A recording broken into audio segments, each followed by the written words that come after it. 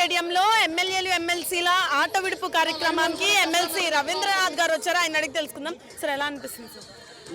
Good.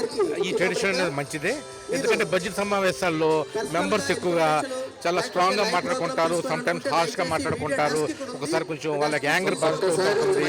ఇలాంటి sports event ఉండడం మూలంగా ఒకసారి అట్మాస్ఫియర్ అంతా కామ్ అయ్యి కూల్ అయ్యి మళ్ళీ వాళ్ళు ఒక బిజినెస్లోని ఒక మంచి అట్మాస్ఫియర్ ఉండడానికి అవకాశం ఉంటుంది.